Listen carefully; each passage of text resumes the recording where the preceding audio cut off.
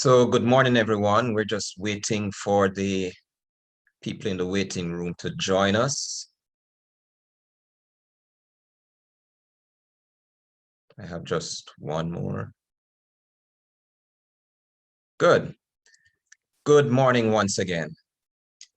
I'm Donald Burgess, and I am the CEO of the Chamber of Commerce of the Palm Beaches. I want to personally welcome each and every one of you to another in our series of Tourism Task Force meetings. These meetings started shortly after we were placed on severe restrictions because of the COVID pandemic, and have proven to be extremely useful to the community, especially the hospitality community here in Palm Beach County. The focus of today's discussion is going to be the state of the workforce, and this will be moderated by a good friend of the Chamber, Michael Corbett. Michael is the Vice President of Business Development for CareerSource Palm Beach County. This is through CareerSource, Michael collaborates with regional businesses, government, education, and industry leaders to spur job growth and economic development. Michael, I'm going to turn it over to you. Very good. Thank you, Donald. And it's great to be working with the Chamber. Kirby Davis, thank you for coordinating all of this. We're really excited about today's webinar. Obviously, you know about the hospitality and tourism industry that was impacted so dramatically last year. But the course of today's webinar is talking about bouncing back.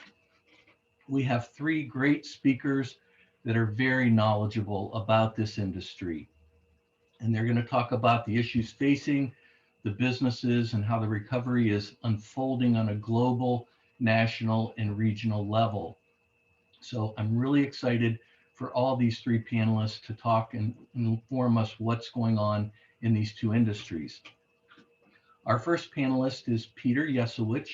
He's the Vice Chairman Emeritus of MMGY Global, America's leading marketing, advertising, and PR agency specializing in serving travel, leisure, and entertainment clients.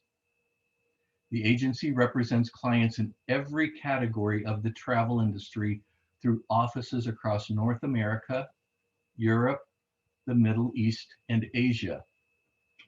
Peter is a frequent commentator on marketing trends in publications such as the New York Times, the LA Times, the Wall Street Journal, USA Today, Time and Newsweek, and on CNN, CNBC, MSNBC, and BBC World Television Networks. So obviously he's well-versed in these industries. So at this time, I'd love to welcome Peter to take the floor. Peter. Thank you, Michael. Good morning, everyone. Kirby, thank you for your assistance in advance here. I've prepared some slides to help illustrate our view of the world, and I hope you'll find this to be helpful to frame really the focus of this webinar, which is how the evolution of demand in travel is likely to impact what we've all seen in the media recently, which are challenges associated with staffing to serve what is a remarkable resurgence of demand. I should tell you very quickly before I share this that our company, as you heard from Michael, is in the marketing business, strictly in travel. Put that in perspective, we're headquartered here in the US. We have 11 offices around the world. But what we have done over the years is to invest very heavily in understanding demand patterns. And the reason for that is our core business really is marketing. So we manage a very substantial amount of media money. And we need to, improve the odds of effectiveness based on our understanding of what those demand patterns suggest as to what we should say in advertising, where it should be placed, and so forth. So what I'm going to do this morning is I'm going to give you a quick tour through two pieces of work that we share in a limited fashion in the public domain, but this will be available to anybody, or these slides will be available to anybody who has interest afterwards. So Kirby, if you advance the slide to the first one. And there's a lot to look at and read here, but before you do that, just stay with me and I'll give you a top line and then we'll maybe call out a couple of data points. And if you look to the far left of the slide, a little difficult to see this, but this was back in the spring of 2007. And if you can reflect on that accurately, you recall back then was a very tumultuous time in our economy, because we were deeply concerned about all of the leading indicators that were suggesting we were about to go off the economic cliff, which in fact we did in 2008 with the financial meltdown. So we, in anticipation of that, started to do a poll every 90 days where we would actually draw a sample of 2,300 households.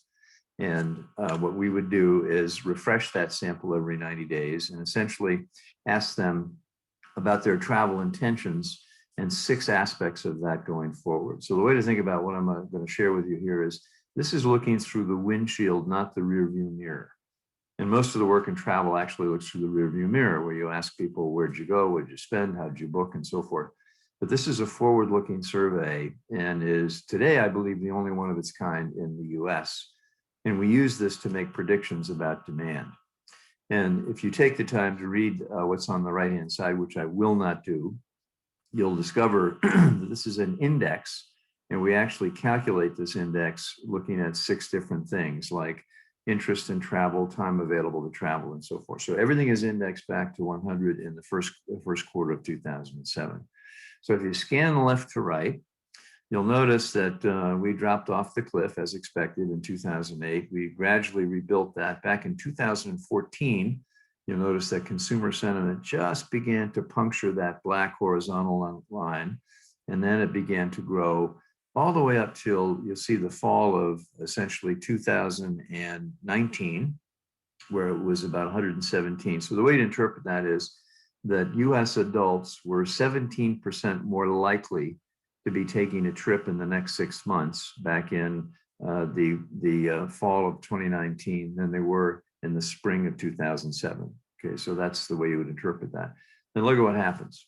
Obviously, the pandemic hits, goes right off the cliff, drops precipitously, but also look at what has happened over the course of the past roughly 90 days. This index is back up to 119, almost as high as it was when we recorded the highest number over the past period of time, which was back in 2016. What's the headline? You're reading it every day and hearing it every day in the news. Demand is back with a vengeance, which is fabulous for the business. It also has really exacerbated the problem that Michael and the other panelists are going to address here today, which is, well, how do we serve all those guests because of issues related to people who have exited employment in the service industries, as well as really excess demand that frankly nobody had projected. So the headline here is, again, this index score suggests to us the summer is going to be blockbuster. If you're following the trends in the media, and Glen is going to share a number of those as they relate to Palm Beach County, it's all wonderful news from the standpoint of the business recovery. So let's go ahead and go past this slide to, let me share with you one other item that I think helps frame the discussion. When it was apparent that COVID was not going to be transitory to us, not just to us, but obviously to people who track these kind of health trends around the world, we made the decision to do a separate study and publish something called the Travel Safety Barometer. And the reason that we did this is we believed then, as we believe now, that the gatekeeper for the demand that I just described is going to be how safe people feel about traveling. Now, you might think about, well, that's pretty obvious. And I think we would all agree that's true. What's not obvious is how do you measure it, right? How do you measure it? How do you benchmark it? And then how do you use that insight to help plan what's likely to happen? So let's go to the next slide, Kirby. So back in actually March of 2020, I'm going to show you just a couple of data points here. We introduced a piece of work that allowed us to measure this perception of safety. We call it the barometer, as I mentioned a moment ago. So if you focus on the graph on the lower left-hand side, you can see this is the dashboard or the barometer for domestic travel. And when you look at the legend there, you'll notice that the very faint gray is April of 2020. And by the way, this is also a derivative of a pretty comprehensive algorithm. So we look at about 15 different items, and then through our experience, we assign weights to those to calculate this. But back in April of 20, you can see it was at 30, on a scale of 100. You'll notice as in February, which is the most recent release that we have issued, it's now up to 56.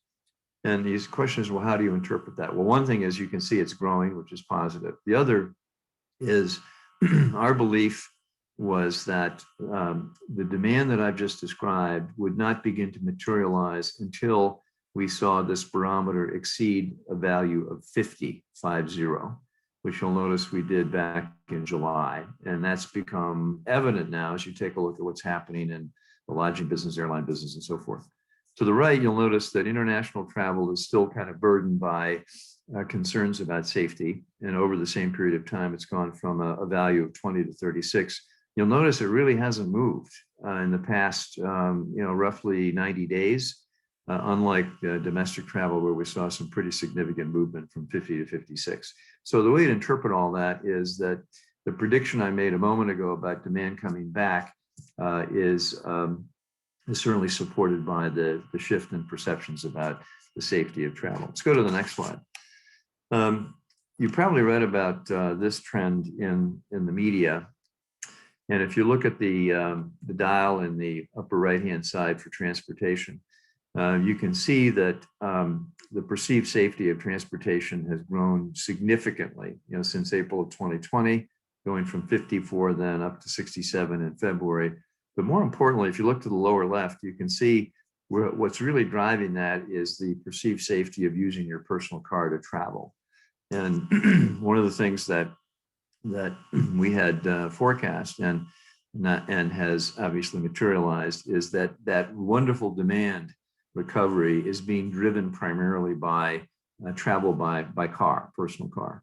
Now that has significant implications for marketing, specifically the amount of time people are prepared to travel or the distance they're prepared to travel. And as Glen knows, and I'm sure we'll comment on, what that means is for Palm Beach County, an awful lot of the recovery marketing effort has been focused in geographic markets that are within typically a 3 to 4 hour drive radius of the county. And that has proven to be a very smart strategy because that is where the demand is originating. You'll notice that taking a domestic flight, perceived safety there has improved, but certainly not to the same degree as traveling by car. Kirby, if you go to the next slide, this is also, I think, of interest to everybody, and this is specifically the perceived safety of staying in various forms of lodging. And you'll notice that lodging generally has improved significantly since April of 2020, rising from, 33 to 56. Lower left-hand side, it's interesting, we began to see at the beginning of the pandemic that people were more likely to stay in home rentals, vacation rentals, than they were conventional lodging. The lodging community across America was sensitive to that, obviously embarked on some very compelling hygiene programs to enhance the safety of guests. And that message obviously was well received because you see that now what's happened is the perceived safety of staying in lodging has improved significantly, actually more so over that term than staying in vacation rentals. And in our most recent analysis of this, it's actually perceived to be more safe. So headline here is that we believe conventional lodging, appeal of conventional lodging is going to outpace that of vacation rentals in the next couple of months through the summer. Final slide I have for you, which I thought would be of interest, some of the activities that we've been measuring to determine how consumers feel about the safety of engaging in these. On the left-hand side, going to a park, local, state, national, you can see a dramatic jump. One of the reasons why, if you've been following this in the trades, reservations, advanced reservations for the national parks in America, for the most part, are closed at this point. That is, they're fully booked. And I think this is an example of how the perception of safety there has enabled people to act upon that. In the middle, going to the beach, a dramatic increase over that period of time from 37 to 61. That continues to rise. And then you'll notice that perceived safety of visiting a theme park, obviously that business is very important to Florida generally, less so for Palm Beach County, but you can see that there's still some issues there. And it will be a while in our judgment before that perception of safety elevates to the point where people really do feel that it's safe to visit once again, and therefore it's going to unlock all that demand. So to summarize all that, all the needles are up, and Glen is going to speak to how that specifically has impacted Palm Beach County. But for those of you in the industry on the call, I would tell you that this is a little bit of a silver lining in a very dark cloud. The irony in all this, my concluding thought was, normally we go through these kind of challenges in the business. The strategy that most people in the business adopt is discounting to stimulate demand. And we saw early on that that was not the case. In fact, if anything, we certainly recommend against that. And that is, the demand is so robust at this point that we see actually an opportunity to reestablish pricing power. And I think that's exactly what's happening across the county and in all of the hospitality related businesses. So that's the good news. The challenging news, I think you'll hear a little bit more about, but thank you for the opportunity to share that. And I'm going to defer, Michael, back to you. Very good. Thank you, Peter, for your insightful words and the information. I can attest, I can't wait to get away for vacation over the summer. We're driving somewhere fun, and I think everybody probably on this call is in the same mode of mentality. So thank you for those great words. At this point in time, we'd like to do a polling question. We have a couple of polling questions that we'd like to interject in our webinar today. So Kirby, if you want to bring it up, if you take just a moment to answer the question, and we'll show the results.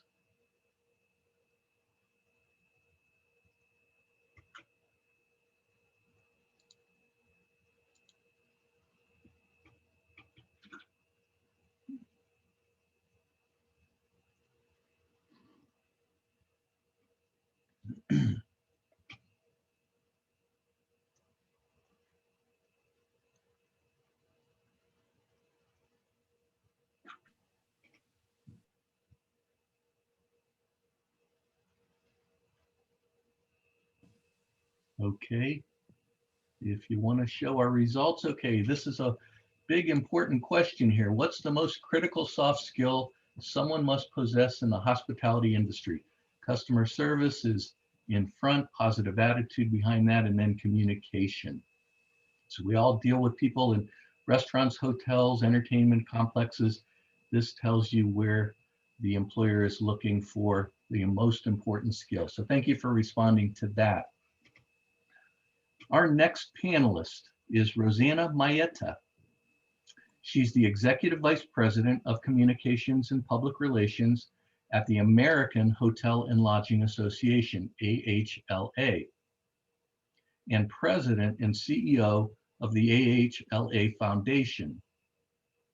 In this role, she is responsible for driving the strategic planning for all of the association's internal and external communications, and increasing visibility for the dynamic hotel industry in and outside Washington, D.C. So a national organization.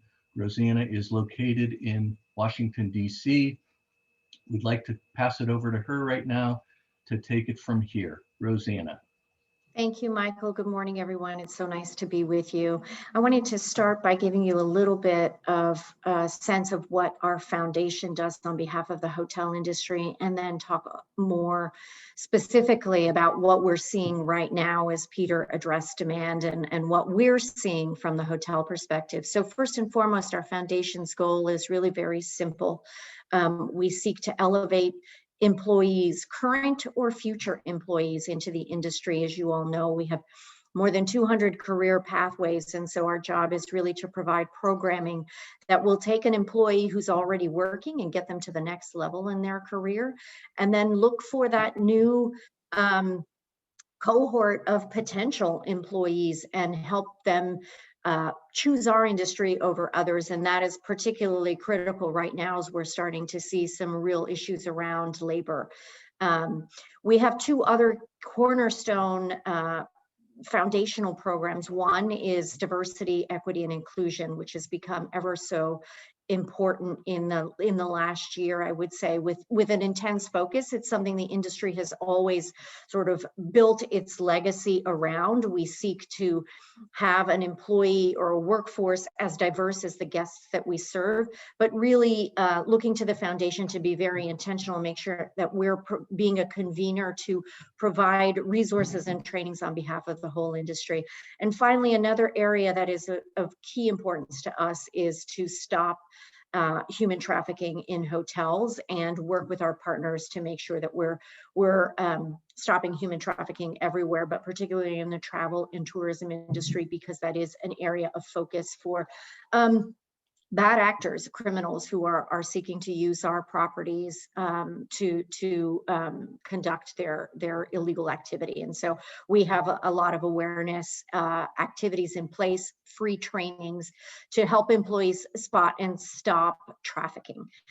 If we go to the next slide, just a quick snapshot. Some of the work we've done has really been to invest the funds that we have to help employees and grow their careers. And so that's through scholarships, professional development, and academic grants.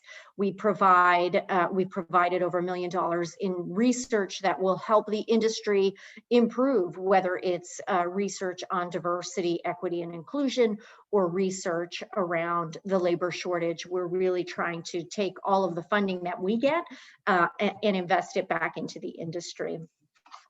If we go to the next slide, we wanted to just highlight a little bit. Just this year, our industry announced a $5 million commitment over 5 years and an action plan to really be thoughtful, particularly now as the industry is in many ways rebuilding.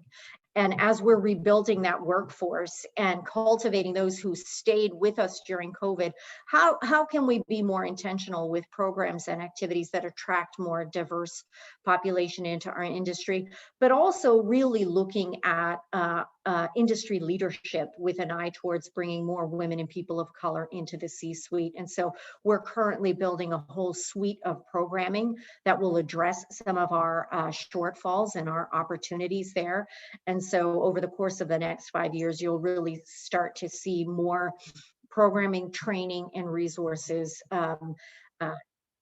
promoted to the industry that they can use as they're thinking through where they are on the DE&I spectrum right now. If we go to the next slide, we really wanted to spend some time talking about current recovery efforts in the industry. I think this really gives you a snapshot of, this is very hotel specific, so not as broad as hospitality and tourism, but where we're looking at demand and revenue and daily rates over the course of the next few years. You'll see compared to 2019, while we're doing better this year, better than anticipated, really where we are is that COVID has wiped out 10 years of job growth in our industry. And that's something that's going to take us some time to rebuild. You heard Peter talk about travel demand being up. Unfortunately, that is being driven for us in leisure business. We're seeing, a lot of us, just regular families, mom and pops, people who were just, that pent up demand, tired of being under quarantine, wanting to hop on a plane or drive to a nearby hotel and just have a bit of respite. But the lack of business travel is something that we are incredibly concerned about. Business travel is not something that you book today for next week. Meetings and events take time. They're generally things that are planned out months or even years in advance. If we're talking about big conventions, we're not seeing any of that. We're starting to see some green shoots in the fall. No doubt you're starting to see some CEOs talking about that in their earnings reports to investors. They're starting to see some smaller meetings coming back and being planned for in the fall and winter, but really that type of demand is not expected to recover until 2023. So we're really concerned about that longer term outlook. You have companies, Microsoft, Google, Facebook, who have said that they're keeping remote work in place. And so while that can be a real boon to the workforce and retention. What it means is they're only allowing smaller group-sized meetings and travel. And so until those budgets are opened up completely, the hotel industry is a little concerned about what that outlook is over the longer term. So some things that we're doing to help address that, if we move to the next slide, we've really been working as a foundation and AHLA together to come up with a multi-pronged approach to helping the industry address not only that business outlook, but really the labor shortage right now. If you think about it, a year ago, hotels across the country were furloughing all their employees because of government mandated shutdowns. And so there were some hotels that were able to stay open to provide support to first responders. But by and large, we've lost a lot of those employees, and now we're trying to get them to come back. And it's not going to be an overnight solution. You're seeing that if you have started to travel, you are seeing signs in every restaurant and hotel with open jobs. You know, they are hiring everything from housekeepers to front desk to back of the house to management positions. General managers are short right now. So we've conducted a number of research surveys amongst our CEOs to our heads of HR to really understand where are the pain points, what are the jobs that are open right now, which markets. We've tapped our job seeker community, everything from 70 hospitality deans around the country, to really hear from them. They've started to see drops in applications at four-year hospitality schools. And so trying to get a pulse of what their students are thinking about the hospitality industry. Where does our reputation stand a year after COVID? After you've seen headline after headline saying, you know, hotels have laid off staff, and staff that perhaps had been with hotels for 20, 30 years. And so we're building a multi-pronged campaign. If we go to the next slide, you'll get a snapshot of our strategic approach here. What we really want to do is create awareness that hotels are open, they are safe, they are open for business, that we have precautions in place to address both workforce and guests to make them feel safe on site. We're conducting a number of research we're doing focus groups. We just had our last focus group in Spanish last night in Orlando. We've done some focus groups in San Diego, both English speaking and Hispanic speaking, to really understand the perceptions that exist out there, but also understand what are the messages that are going to resonate with job seekers right now. What's going to attract them to our industry when folks like Amazon and Costco are offering $17, $18 an hour for assembly line jobs or storage and facility jobs. How do we ensure that people see that our industry provides a career, not just a job, but a pathway and multiple rounds of promotion that can get you moving up within the industry? We also are working with our partners at H Careers, hospitality experts in the job recruitment area in our industry, to create a hub where we're driving people through a national ad campaign. And we'll be launching, the goal is to launch an advertising program in 5 markets before the July 4th weekend. So we're really working hard right now to get that up and running. If we go to the next slide, we're focused on a couple of key markets right now. We're going to launch this pilot effort with just under $1 million in advertising in Orlando, San Diego, Phoenix, Nashville, and Washington, D.C. Driving people to this hub that is on our site that has both a job seeker and an employer portal. So employers can scout and review resumes. We're going to have a digital and paid media campaign in those markets to highlight the career pathways that the industry is hiring. And then of course, we're going to be evaluating how we're doing in those markets so that we can determine if we can go nationwide. And if we go to the next slide, we are pairing this ad campaign over the course of the next 4 weeks with a series of virtual hiring fairs. So we're working with, I'm sure you've all, beyond Zoom, there are all these new platforms that have grown out of COVID that allow employers to interview through mobile devices or online candidates. And so trying to really help our industry understand that in this competitive and really tight market, you have to be able to offer a job on the spot. And so really, if you think about, all of the application process at any given hotel, it generally takes quite some time because we have multiple steps, but we also do background checks. Our industry prides itself on having safety as one of its core priorities. And so you want to make sure that you're hiring people who undergo a background check, but we're working with our employers to make sure that we can condense that hiring to that speed to market so that they can offer jobs on the spot with contingencies of background checks being approved after you've already hired them. And so we're really going to provide some best practices to them in terms of how quickly they can do that. And so we're starting with our first hiring fair on July 14th in Nashville. We're going to see how that goes. It'll be a test for some of our industry that is less familiar with this sort of online platform.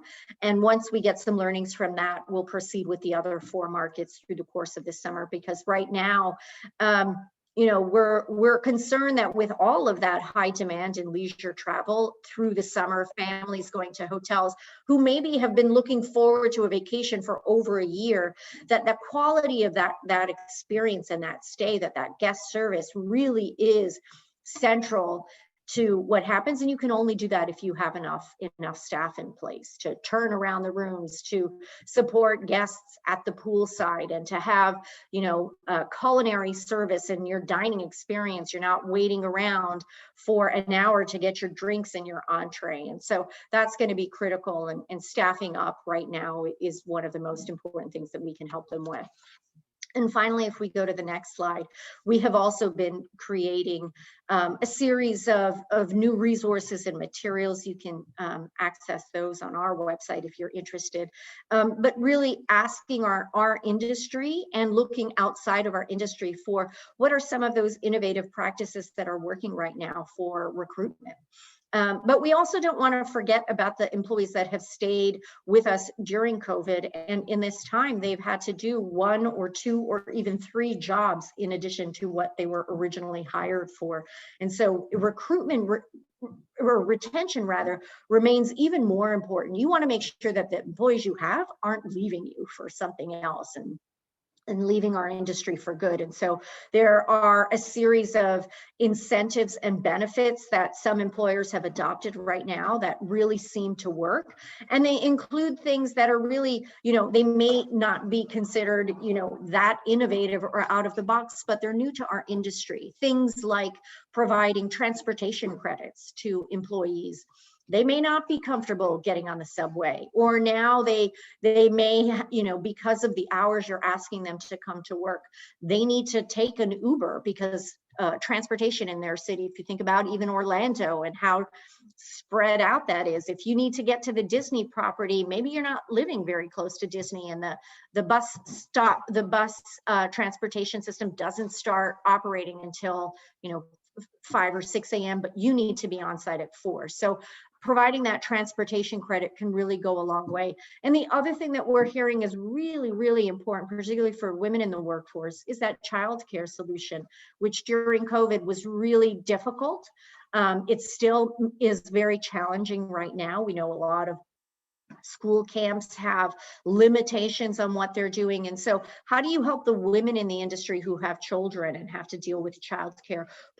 Some hotels are providing on-site childcare if they're able to do that. And that's been really a critical component to keeping the women in the workforce, but also providing some of those childcare credits can really go a long way. And another program that we've done that is really been hugely helpful is we have an apprenticeship program. Apprenticeships are really becoming much more popular in our industry. We have a management training program that we have seen a lot of employers embracing right now. It has been a way to reward the talent that has stuck with you during COVID. It's a fast track to a promotion and a raise, and has been used by many in our industry to cultivate general managers, which right now are in short supply. And so really looking at some of these other programs that already exist and how can they be positioned for retention right now is something that has been incredibly useful.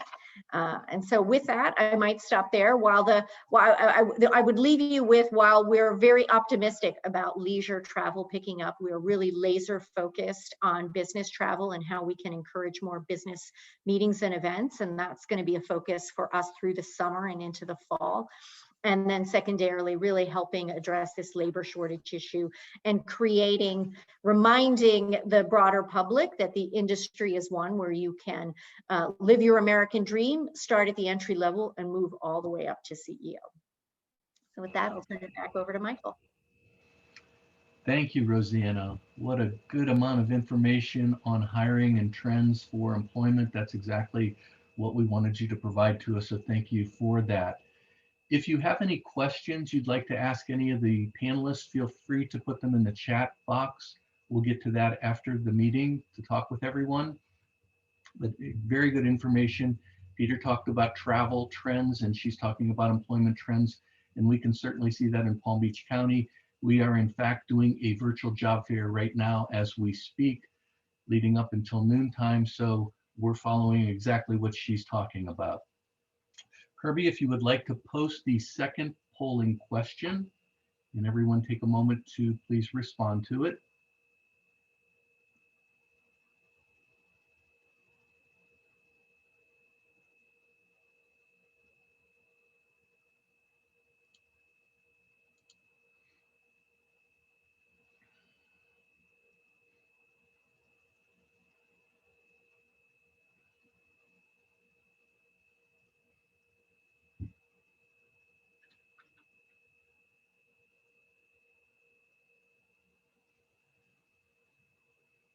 Wow, there we go. So we have a lot of elderly people, seasoned workers here in Palm Beach County. That was the reason for the question. Many of them over 55 and 60. We feel as though we as a workforce board can help push them into hospitality. Those are very transferable skills from many backgrounds and transition into hospitality. So that will be a focus of ours as well. So thank you for responding to that question. Our final panelist today is Glen Jergensen. He's the Executive Director of the Tourism Development Council of Palm Beach County. He has a very large and important job. As you know, we employ almost 90,000 people in hospitality and tourism in our county. He helps with the contractual oversight of Discover the Palm Beaches, the Cultural Council for Palm Beach County, the Palm Beach County Sports Commission, the Palm Beach County Film and Television Commission, and our Palm Beach County Convention Center. And we're very hopeful that Glen can give us some good information on what's going on here in Palm Beach County. The floor is yours, Glen. Thank you, Michael, very much. It's great to be with you all. It's great to have certainly Peter and Rosanna tell us kind of the national view, and I'm going to try to bring it down to Palm Beach County and give you that local view of what's going on here. So if Kirby wants to drive the bus, she can go to the next slide for us. We'll take you through where we were and where we're going. So just so everybody knows on the call, the Tourist Development Council, as Michael had mentioned, we're the oversight organization for tourism agencies that are out there doing the marketing and promotion for Palm Beach County. I am a government employee. I work for the county administrator and certainly the Board of County Commissioners. The Tourist Development Council is an advisory board to the Board of County Commissioners. But you can see on the right-hand side of the screen, these are the organizations that we contract with to do the marketing and promotion. Discover the Palm Beaches is doing the leisure traveler, the groups and meetings, the national and international type of marketing that we need to promote the Palm Beaches. The Cultural Council is doing the cultural tourism marketing that we require, because we have over 200 cultural organizations within the county. The cultural council is really focused on that specific sector to make sure we're getting the cultural word out that we are the cultural capital of the state of Florida. The Sports Commission, certainly sporting events are big. As Peter had mentioned in some of his slides, you know, when you think about parks and outdoors and environmental areas and the beaches, certainly, that is a prime location for people that do sports to come out and be able to spend time outside. And that is a big part of our recovery here in Palm Beach County. And then Film and TV Commission, certainly they're responsible for all the permitting of films, TVs, photo shoots, but they also manage our Palm Beaches television channel, which is in 4,000 hotel rooms across the county. And I'm going to give you a little preview of that at the end. The convention center, groups and meetings, they are coming back. We're starting to see a recovery in that area down here.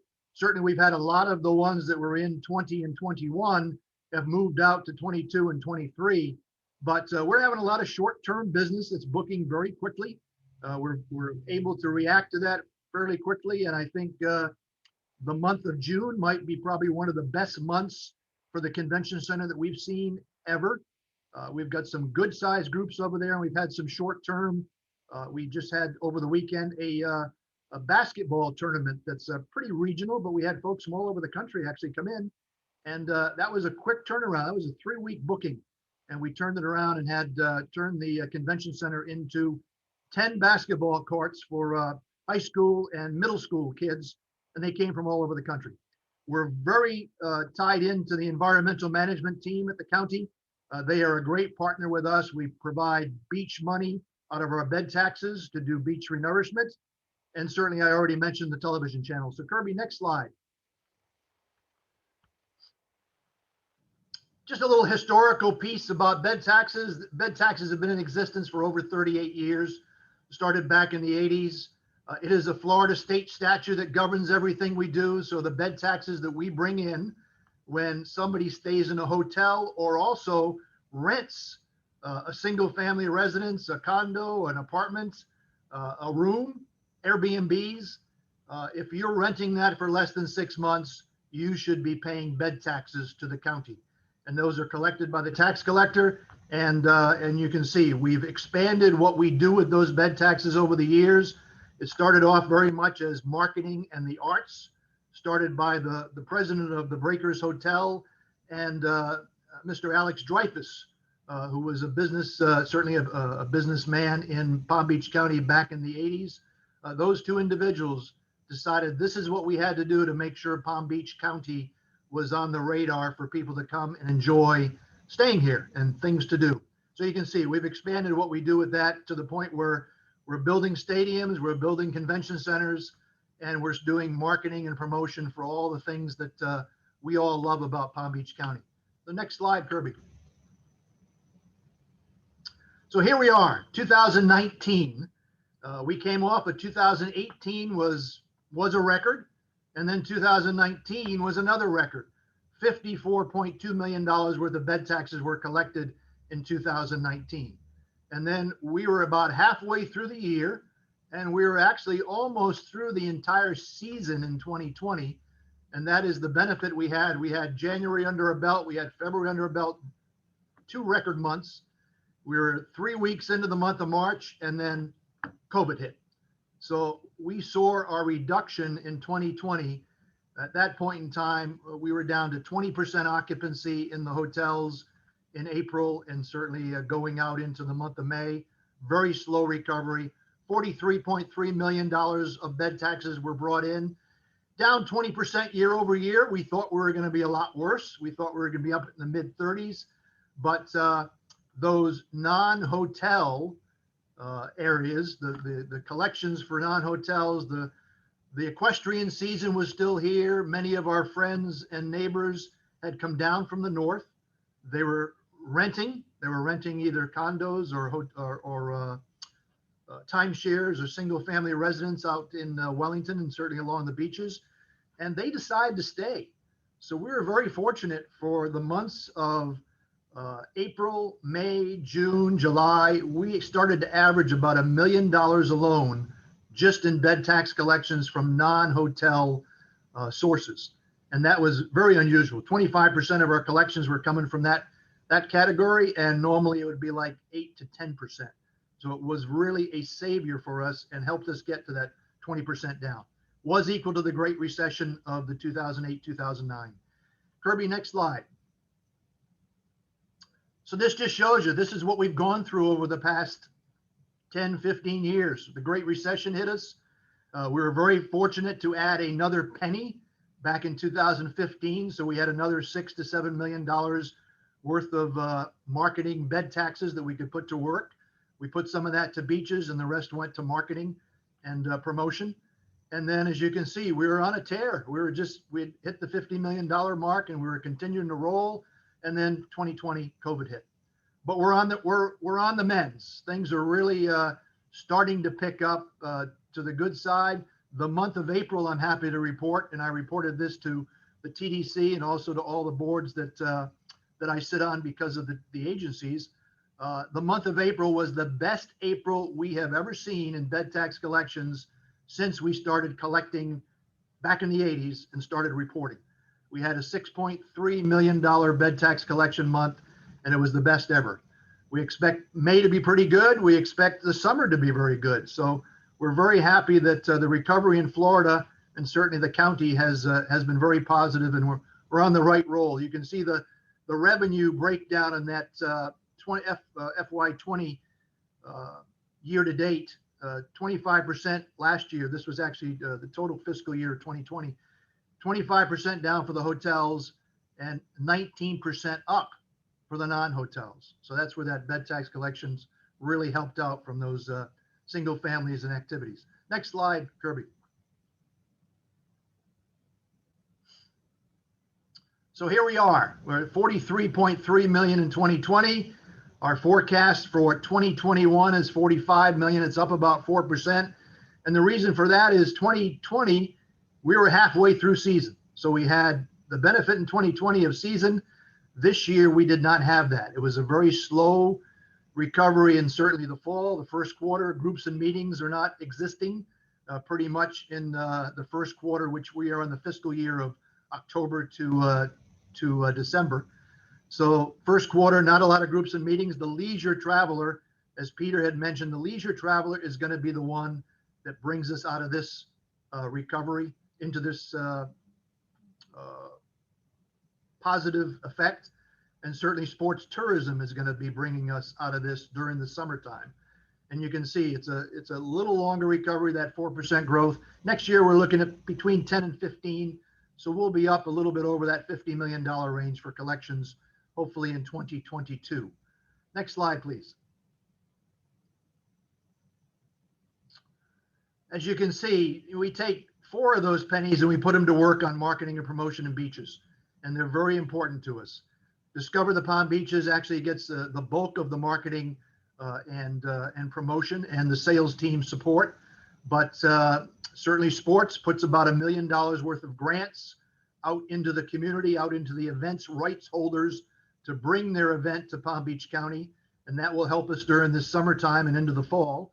As many of you might have heard, we had just in the month of June, we had the Olympic qualifiers for baseball. Here it was a great event at the ballpark of the Palm Beaches. That was put on by the Sports Commission, along with we shared that with the St. Lucie Sports Commission. So we teamed it county to county, and it was just a great event. And we've got a full plate for the month of June and all the way through summer. We've got baseball coming back, the amateur baseball at the Palm Beaches, ballpark of the Palm Beaches, and also Roger Dean. So we're looking at a great summer for sports tourism here. And the leisure travelers, I think that drive market, which we have been focused on since April came of last year, we've focused on the drive market. We've focused on trying to bring people not only from within the county, but we've been marketing to the south in certainly Miami, Fort Lauderdale, up to the north. And then as we've started to expand, as COVID and vaccines came into play, we started to expand that drive market into the west coast of Florida, up into Orlando, and then certainly back into the drive markets, into the fly markets of Boston, and New York. And we'll certainly see that benefit of the marketing. But we've been very, very focused. We've been very strategic on our marketing dollar spend, because we know that 2022 we're going to need every dime that we can come up with to have a really good push for marketing 2022. Next slide, please.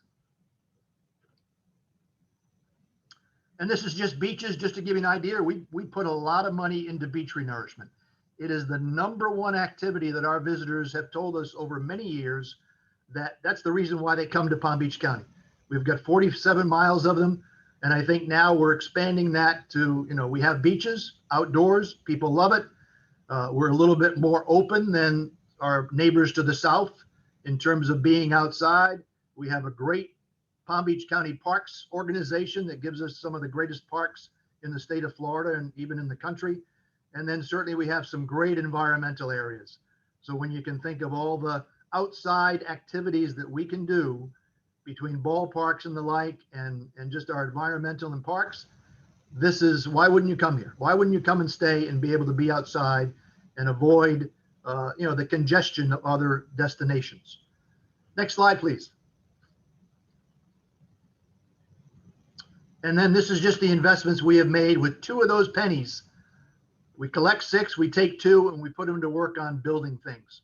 Certainly, as you know, the convention center has been here for probably close to 18 years. Looks brand new, looks like the day it was built. The 2 ballparks, the ballpark of the Palm Beaches and Roger Dean being the oldest, and then our convention center garage, which we added to the facility a couple of years ago. So we make those investments, we build them, we do the debt service on them, and we are responsible for maintaining them. So we have to do all of the refurbishment over the years and make sure we have enough money to do that. But we're doing very well. The recovery is bringing us up so that our reserve positions are still pretty solid. Next slide, please. And I just wanted to make sure that certainly the convention center be mentioned, because we are starting to see things come back. It was a dark year, 2020, for the convention center. It was basically shut down, not even any chamber breakfasts or chamber lunches that we could go to. But it provides a $40 to $50 million economic impact to the city of West Palm Beach when it is up and running and going. And it really is it's a marvel. It's a beautiful building. The hotel next door has been certainly a driver of allowing us to bring some great groups and meetings now into West Palm Beach and into Palm Beach County. And even this picture is old. You will see over the coming couple of months, this area in the front is now turned into an outdoor entertainment and patio area where we'll be able to host outside dinners, outside cocktail hours for close to 400 to 500 people. It's another outside entertainment venue for the convention center. So I think it's going to be a real winner and really positive for us as we go into the future in future years of meetings and groups. Next slide, please. This is just to give you an idea of how we fared in terms of visitors. Pre-COVID, 8.1 million visitors is what we saw coming to the county.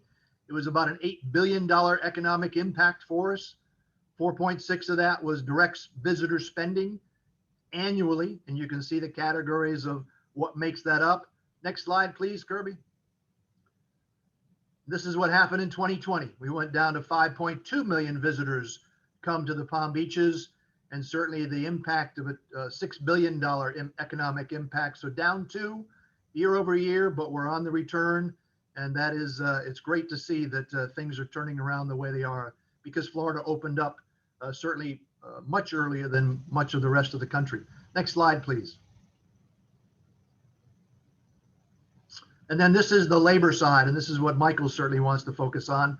You can see in April of 2020, we came off that 96,000 employees that we would normally see in the leisure hospitality sector, and we went down to 51,000. So, and that has been a slow return over the years. You can see to September, you can see just before in December of 2020, we were still only at 76,600. And it was still 18% off of the previous year. Next slide, Kirby. This is certainly April of 2020 compared to 19. The 95,000, we came up this past April, we came up to 80,100.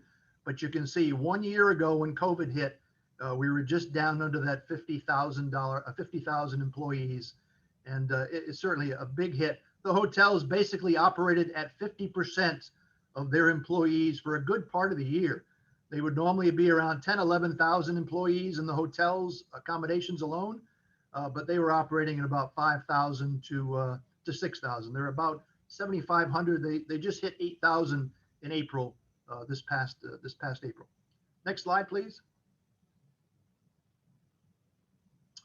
Destination development continues to be strong. We saw 9 properties open, and a couple of them opened just before COVID hit. I remember being at the Bend down along the waterfront for a meeting, second week of March. We actually had a meeting there with some of the event planners from around the country, and then the next week it was to the point of shutdown. The Canopy had just opened, never actually welcomed a guest because COVID had hit. So a lot of great activity on the destination development side. It's still strong. Next slide, Kirby. And then we continue as we look out. We've got more hotel rooms being built, a lot of them being the limited service. So, but you know, that's a great hotel, certainly for sports tourism markets, great hotel for the families. And, but I think we'll see more of the, certainly the full service probably come in. But again, employees are the issue. And that'll take a little bit of time to start to see that recover. Next slide, please. So I just want to share with you, this will be my last slide, but I'm going to share a little video because the Palm Beaches television channel is really what we have been using over the past year and a half to help with all the advertising that Discover's doing, the advertising that Culture's doing for its cultural tourism.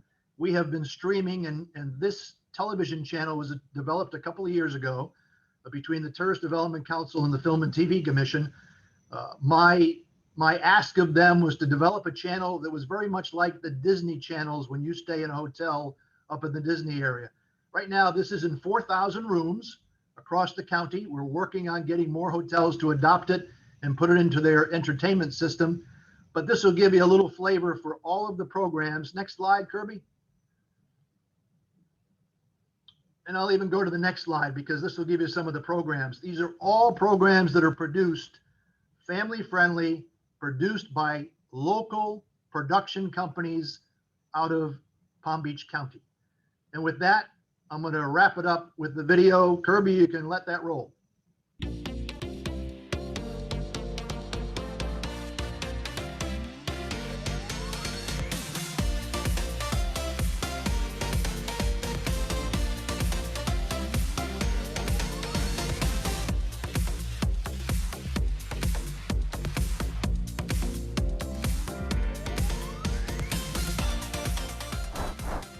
We all know our beaches are a big hit with tourists of the human variety.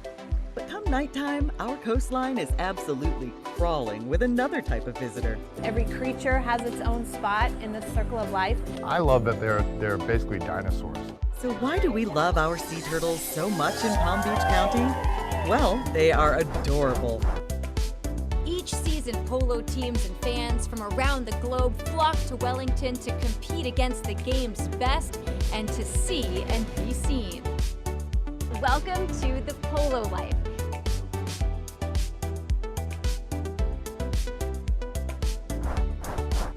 You could stay here and never leave. Wow! Crazy, crazy. If I come to this town, what makes it so special? We put a high value on quality of life here. Between the education, the arts, it has everything that you could possibly want. Boca Raton has something for everyone. Birds of a feather flock together in the Palm Beaches. Big birds, little birds, pink birds, blue birds. The Palm Beaches is one of the best birding spots in the country. My uncle would take me to the Palm Beaches. And let me tell you, time on the beach was awesome. The development of the Palm Beach area of Florida as the place to take a vacation the perfect environment for escape and self-discovery. That's Travels and Traditions in the Palm Beaches. I'm Bert Wolf. To get to know the real Palm Beach, get out of the resorts and then discover it like a local. Once you get away from the beach, there's a lot more to the water than just ocean. And there are so many sides of this part of South Florida that might surprise you that you don't even know. So whether you're heading to the beach, enjoying a diverse food culture, you've discovered Palm Beach like a local. Palm Beach County. It's the southern part of Florida and is known worldwide as one of the most desirable locations to visit or to live. 3 perfect days in Palm Beach County. We were pleasantly surprised with all the things that we could do. Palm Beach County was 100% the right choice. This is a lovely, lovely fish right here. Woo! I don't think it gets any better than this. Fighting a broadbill swordfish off of Palm Beach, this is why we do what we do. For me, one of the best things about fishing is just the bonding time. Well done, son. Good job, Dad. Palm Beach County is one of the best places in Florida to fish because we basically have it all here. All right, beautiful. When people ask us where our favorite place to dive is, we always answered the Palm Beaches, a diving destination right here in South Florida. It's one of the greatest dives you'll ever see. There's wrecks, there's reefs, there's sharks. It's also home to the Goliath Grouper aggregation, which makes this place a diving destiny. The Palm Beaches TV channel. Come share in the magic of the Palm Beaches. I apologize for the quality of the video on Zoom, but please go to the palmbeaches.tv and take a look. This is a quality television channel streaming 24/7, and it's also available on Roku, but you can get it off your certainly you can get it off your computer. So that's it. Hopefully, I didn't take too long for you. That was great, Glenn. Thank you very much for all that information. The video's wonderful, represents the county extremely well. Does anyone have any questions for our panelists? If so, put them in the chat box, but we have one more polling question we would like Kirby to please post at this time.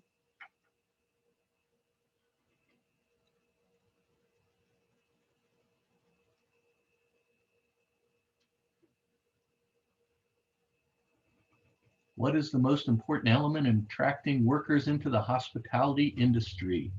Pay, advancement, or being in a career they enjoy?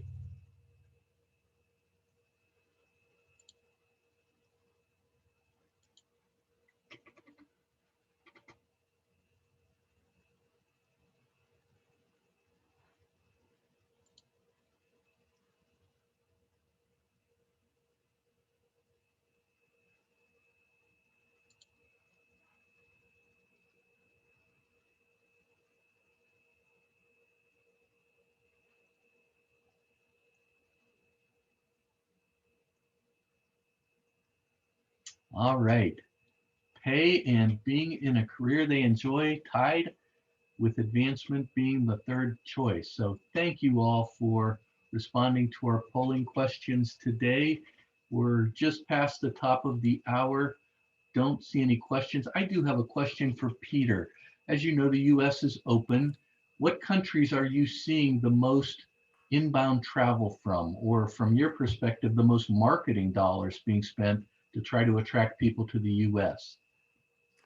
That's a great question, Michael. And I will tell you that list doesn't exist.